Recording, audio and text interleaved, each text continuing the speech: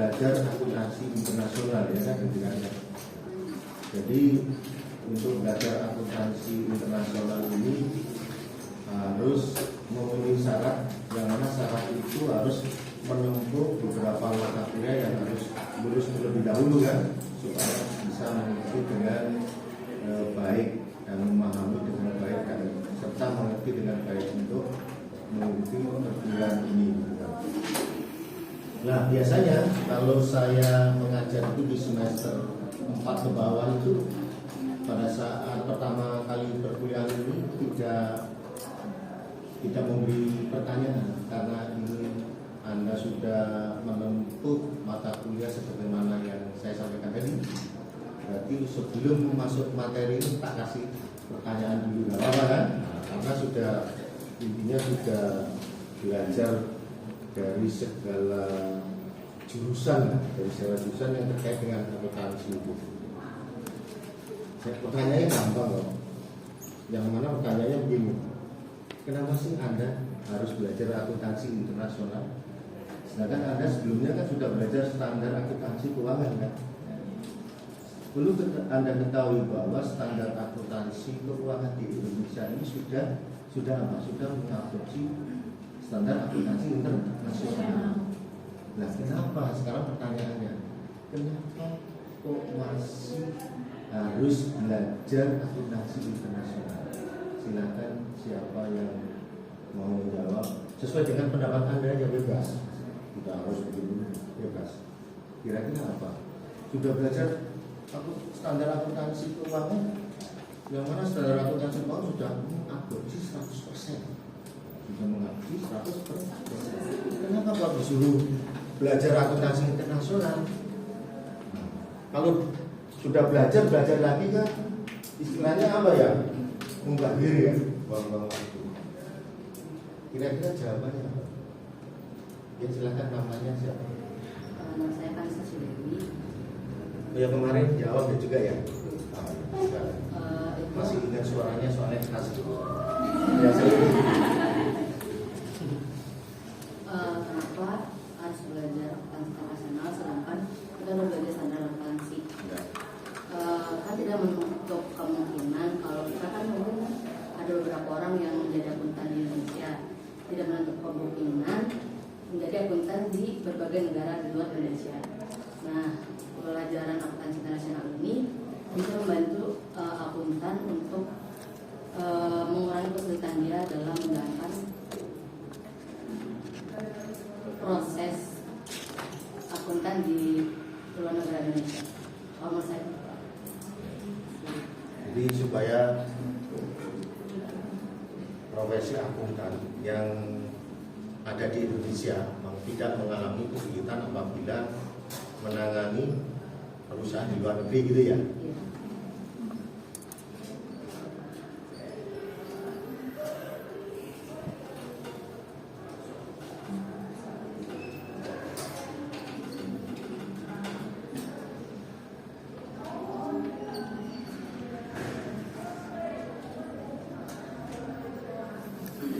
Bisa dibaca tulisan saya? Memang sengaja supaya tidak bisa baca. Enggak. Memang tulisannya dari dulu ditakdirkan seperti ini saya. Memang cita-cita saya memang kepingin jadi dokter, karena artinya terbatas gak lulus. Akhirnya lari ke ke jurusan sosial. Pada saat saya pertama kali kuliah itu nggak ngambil jurusan akuntansi, jurusan guru. Tahu guru? FKIP ya. Itu FKIP saya mengambil jurusan, kalau sekarang itu KM, PPKM. Tahu PPKM? Apa itu? Ya, kalau dulu sih istilahnya UPMP dan KM. KM tahu PMP? P ini pendidikan moral Pancasila. Jadi dipelajari, saya belajar Pancasila itu 4 tahun. Tapi yang dipelajari ya nggak Pancasila aja, ada hukumnya, ada hukum pidananya, hukum perdata dan lain sebagainya. Tapi penekanannya ke PMP. Jadi kalau ditanya Pancasila isinya saya sedikit ini paham. ada istilahnya, ada pembukaan ya, ada preambul dan lain sebagainya. Itu yang dipelajari itu mempelajari dari filosofi. Tapi saya akhirnya ada hikmahnya dari itu. Nggak suka kok lama-lama kok bosan. Akhirnya ngambil akuntansi. Ya, ngambil akuntansi masih belum puas juga. Ambil apa? Hukum belum puas juga. Ambil pajak. Belum puas juga. Ambil manajemen. Jadi begitu. Terus jawaban ini sementara saya benarkan ya. Saya benarkan. Ada, karena saya benarkan, tapi belum tentu lengkap kan. Ada yang kira-kira ada pendapat lain yang kira-kira, maksudnya pendapat lain bukan pendapat nggak setuju, pendapat yang setuju tapi kurang lengkap. Ini nanti jawaban ini kita bahas di sini. Kita bahas di sini. Silakan dilirik. Ini yang kayaknya ngelirik ke sana. Silakan ya Allah. Kira-kira ini jawabannya benar, tapi perlu dilengkapi. Tapi kalau disanggah jawaban ini bisa menjadi kurang tepat, bisa juga. Tapi saya benarkan aja lah. Tapi kurang tepat. Silakan dilengkapi. Ini sudah saya apresiasi nilainya, kasih nilai 85 deh. 85 udah apa? 87 ya. Silakan yang lain.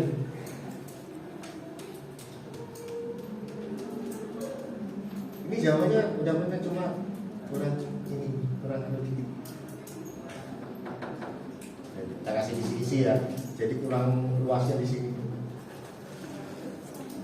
Ini kan sebatas kantor akuntan publik atau berprofesi sebagai auditor ya. Ya siapa namanya Dewi? Ya kan, profesi akuntan ya. Itu kan jawabannya Dewi tadi. Yang berprofesi akuntan atau profesi akuntan ya mengalami kesulitan apabila praktek di menangani perusahaan di luar negeri itu. Ini perlu diperluas ini terkait dengan akuntansi internasional, supaya kita tidak dikatakan belajar ini sia-sia. Kalau istilahnya kita skopnya ini aja, belajarnya sia-sia, karena kita sudah belajar SH.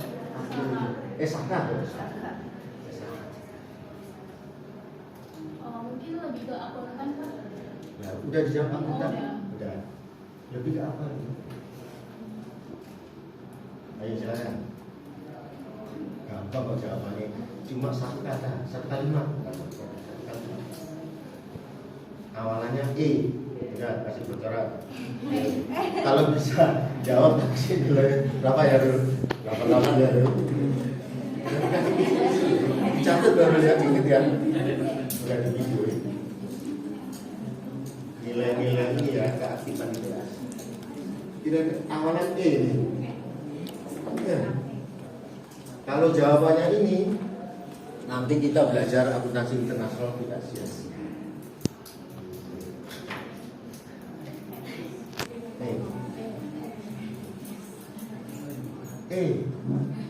Kan sudah belajar audit 1, audit 2 kan? Iya.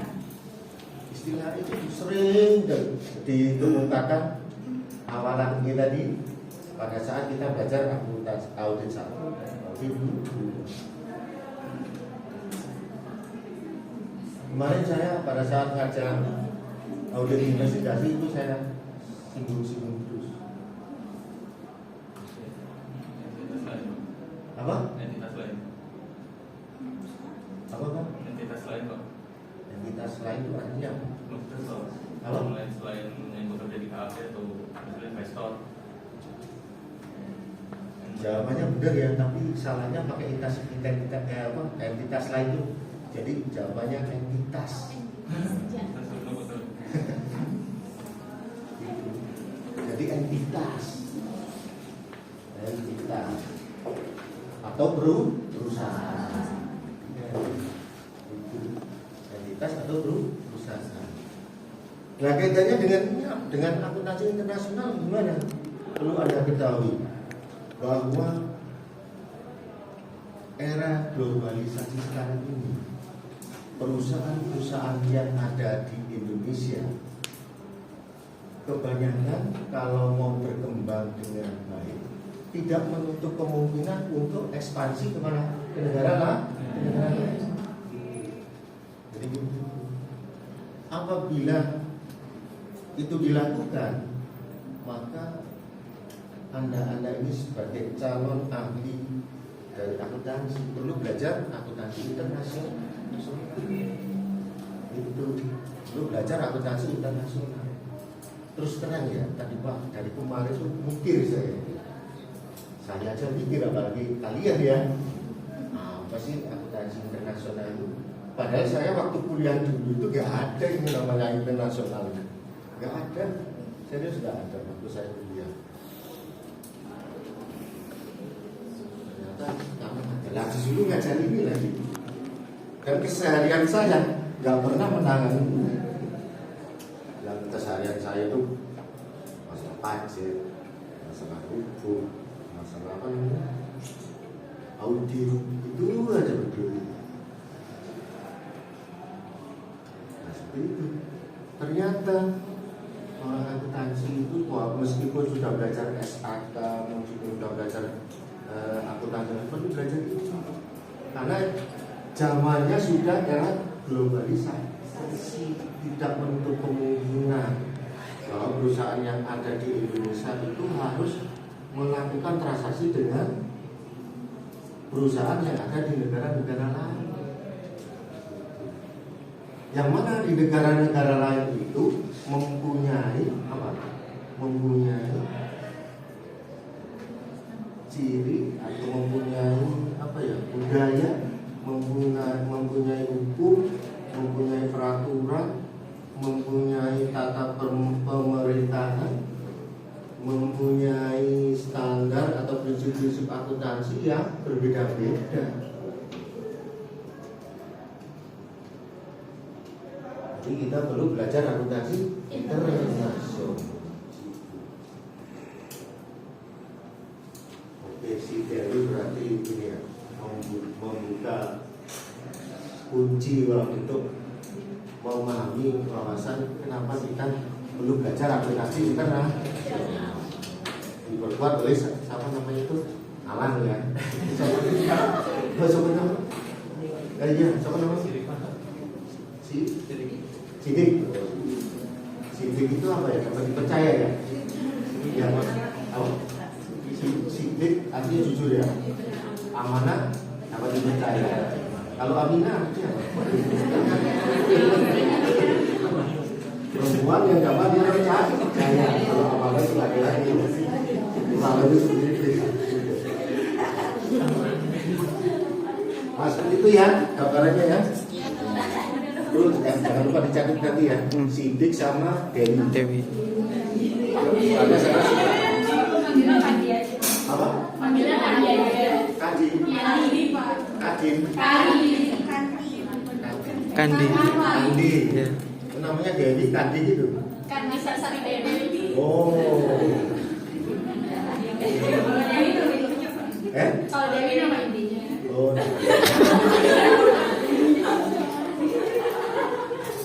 Bercanda ya Dewi ya. Iya. Jangan tersinggung. Ntar saya minum dulu ya. Oke ya. Karena pertanyaan sudah terjawab dengan baik, kita lanjut ke materi. Nah, kita biasa ya, pertama kali kuliah kita kasih pengantar ya. Menghantar. Kalau orang anak kecil mau tidur kan biasa ada penghantar tidur. Kalau susah tidur, ibunya biasa menimang-nimang, kadang-kadang di gudang, apa namanya kalau bahasa Jawa di gudang itu, bahasa Indonesia-nya apa? Di gudang itu diminang bubukan lah supaya bubuk gitu. Ini biasa kita karena ini baru pertemuan pertama, jadi kita kasih pengantar. Apa sih yang menjadi pengantar dari akuntansi internasional itu? Kira-kira bahwa akuntansi itu kita bahas akuntansinya dulu ya sebelum membahas internasionalnya ya. Bahwa akuntansi itu cabang dari ilmu ekonomi, berperan menyediakan informasi mengenai perusahaan dan transaksinya untuk memfasilitasi mengenai perusahaan dan transaksinya untuk memfasilitasi kok double ya. Wah. Sini. Revisi ya. Soalnya ini ibarat kalau kue itu baru ngangkat dari kukusannya masih ngebul gitu ya. Atau gorengan baru ngangkat dari wajahnya. Jadi saya baru bikin tadi pagi. Mau kesini tak bikin buru gitu. Jadi ini ya kalau kerjaan buru-buru dadakan itu menghasilkan yang tidak apa. Mungkin ini ya, ini dihapus ya. Dan keputusan alokasi sumber daya oleh para pengguna informasi. Nah, ini.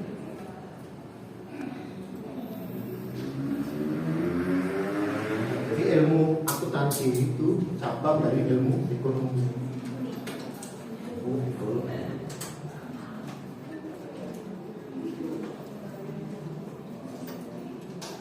Bayangkan nulis huruf kalau aja jelek, apalagi nulis huruf K.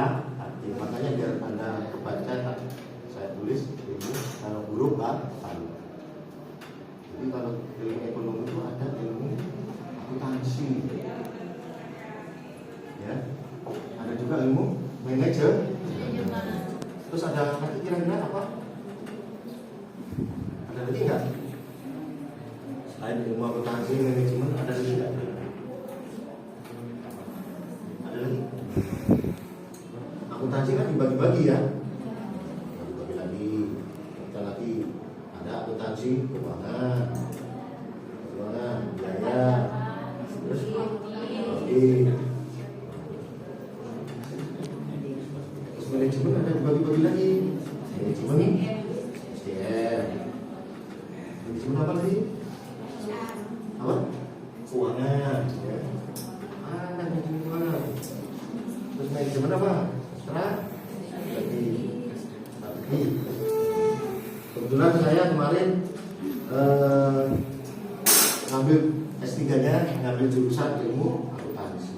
Ilmu ekonomi. Terus ngambil jurusan saya konsentrasi di manajemen strategi. Ini saya masih karena mau ngambil ini saya males banyak hitungnya, apalagi ngambil ini nggak mau. Males karena mau banyak gitu, sudah nggak kuat gitu nggak akan kuat. Jadi ambil strategi aja deh. Nah, sekalian belajar untuk memasarkan jasa yang saya hasilkan, yang saya produk. Memproduksi barang atau memproduksi jasa kan gitu kan. Jadi strategi pemasaran itu bagaimana? Nah, di sini ya, jadi ilmu ekonomi, akuntansi itu cabang dari ilmu ekonomi. Di sini berarti ada akuntansi internal. Akuntansi internal. Nah, seperti itu. Nah, sebagai akuntansi sebagai cabang itu juga memfasilitasi mengenai perusahaan dan keputusan alokasi sumber daya oleh para pengguna informasi tersebut. Akuntansi itu dapat dikatakan sebagai fasilitator. Itu karena apa kira-kira? Karena ada atau menghasilkan laporan keuangan. Perusahaan itu bagaimana kinerjanya, mulai dari sejak didirikan sampai periode tertentu itu kinerjanya bagaimana, baik sedang atau buruk sekali. Nah, itu dijembatani, difasilitasi di ilmu akuntansi, yang mana prosesnya supaya menjadi laporan keuangan dikenal dengan adanya siklus akuntansi. Setiap transaksi yang ada di perusahaan, baik itu transaksi dengan intern perusahaan itu sendiri dengan pihak ekstern itu dicatat, selalu dicatat berdasarkan bukti transaksi. Dari bukti transaksi dicatat, kemudian disusun, diadministrasikan dengan baik, kemudian di jurnal ya kan. Setelah di jurnal dimasukkan di buku besar, harus sudah masukkan di buku besar di trial balance nya, habis itu ke keuangan. Jangan neraca, kalau neraca toh. Artinya laporan keuangan. Ya, laporan keuangan itu terdiri dari apa? Neraca, terus laba. Apa lagi? Itu jangan sampai lupa. Jangan sampai lupa. Itu dasarnya orang yang sudah memperoleh gelar sarjana akuntansi. Karena nanti pada saat diuji deskripsi laporan keuangan itu apa? Neraca Pak. Selain neraca apa? Nggak ada Pak, neraca ada. Waduh, repot itu. Dan juga jangan sampai nanti pada saat ujian deskripsi Anda sudah belajar akuntansi 4 tahun, ditanya jurnalnya, kita beli HP aja nggak tahu. Beli HP, pada saat saya pernah sampai Anda nanti mengalami pada saat ujian deskripsi ditanya, Anda beli HP jurnalnya gimana? Secara cash? Nggak tahu. Ada yang tahu beli HP itu jurnal gimana? Jurnal buat saya. HP. Dibeli HP secara tunai. Ini jurnalnya buat saya seorang pribadi. Ya. Debitnya apa? Debit kreditnya, ayo. Debitnya apa? Sini benar. Sini apa? Handphone ini termasuk aset tetap atau tidak buat saya? Ayo. Aset tetap. Kenapa masuk aset tetap? Kenapa aset tetap? Ini menurut orang akuntansi berarti dicatat sebagai aset tetap, yaitu HP. Berapa misalkan 10 juta, misalkan 10 juta. Karena bisa saya manfaatkan lebih dari 1 tahun. Kalau HP ini umurnya cuma 6 bulan, ya jangan dicatat aset tetap, jangan. Sebagai apa? Misalkan ini mau saya jual lagi nih HP ini, saya beli tapi untuk saya jual lagi. Di sini diganti apa ini? Persediaan, karena untuk dijual. Itu. Nah, itulah semua dicatat di dalam laporan keuangan, di mana laporan keuangan itu dicatat melalui situs akuntansi, sehingga akuntansi itu dapat dikatakan sebagai ini fasilitator mengenai perusahaan dan keputusan alokasi.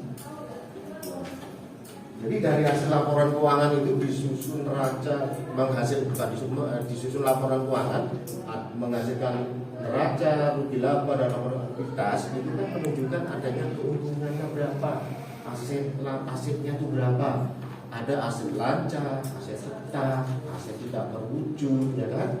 Terus ada kewajiban jangka panjang, jangka pendek, terus modal ya, ada modal di setor, ada modal apa lagi? Kan ada ekuitas nih, Anda harus tahu ekuitas ya. Ini ada modal di setor ya. Di sini ada apa? Modal apa? Ada lagi? Apa? Modal apa? Modal lainnya. Modal lainnya ini harus, misalkan ada transaksi yang terkait dengan modal lainnya harus dicantumkan di sini. Modal lainnya itu berasal dari apa kira-kira? Yang mana modal lainnya itu bukan dari setoran tunai pemegang saham, bukan. Kalau berasal dari setoran tunai pemegang saham itu dimasukkan di modal di setor dalam bentuk saham, per lembar saham sekian-sekian gitu kan, melalui RUPS yang disahkan oleh notaris. Kalau modal lainnya ini beda sama ini. Tapi harus, kalau terjadi transaksi seperti itu, yang mana diatur di dalam SAK kita, di mana SAK itu sudah mengatur internasional. Kalau transaksi itu terkait dengan modal lainnya harus dicatat di sini. Debitnya apa? Kreditnya harus ke sini. Jangan sampai ke pendapatan, nggak boleh. Apalagi mengurangi biaya, tidak boleh. Ini akuntansi itu sudah mengadopsi. Contohnya salah satu apa? Ayo kira-kira yang bisa dimasukkan ke modal lainnya. Kira-kira apa? Ayo. Ada yang tahu? Kalau nggak ada yang tahu ya tinggal bisa saja. Ayo sekarang. Kenapa ditahan? Kenapa ditahan? Bukan kategori modal lainnya. Dividen itu adalah hak dari pemegang saham atas laba ditahan yang dibagikan. Ini modal lainnya kan? Jual saham? Enggak. Jual saham nanti sahamnya bisa berkurang kalau dijual kan? Atau beralih ke pemilikan. Saya kasih kisi-kisi ya. SAK kita dulu itu dalam mengakui perolehan aset tetap berdasarkan cost method. Pernah dengar cost method? Berdasarkan harga perolehan, ya kan? Karena kita mengadopsi ke standar akuntansi keuangan ke internasional, maka dia berubah menjadi nilai wajar. Misalkan perusahaan itu perusahaan A ya, beli tanah tahun 1966. Sudah lahir belum? Oh belum ya, saya sudah lahir. Kebetulan ini kelahiran tahun saya. Nggak terasa ya, tahu sudah STW. Dikatakan 10 juta. Saya beli tanah 10 juta tahun 66. Perusahaan saya ini, PT perusahaan A ini, sampai tahun 2023 masih berjalan dengan baik. Otomatis tanah ini ke bawah terus dong, karena dipakai sebagai saldo awal terus kan. Mana? Pada saat di tengah-tengah sini tahun berapa ya lupa itu saya. Nanti ada di situ ya. Ini berubah menjadi mengadopsi SAK internasional ya. Karena di sini pada saat mengadopsi ini di mana kebijakan akuntansinya sudah berubah dari cost method menjadi nilai wajar di sini. Nilai wajar. Pada tahun 2023 kan sudah melewati ini. Sudah melewati yang mana tadinya menggunakan cost method berubah menjadi nilai wajar. Terus saya catat 10 juta lagi. Karena saya nggak ngerti kalau SAK kita sudah berubah menjadi IFRS. Metodenya beda. Ini betul nggak ngakui saya 10 juta? Betul atau salah? Salah. Yang jangan salah. Salah karena kenapa? Jawabannya benar.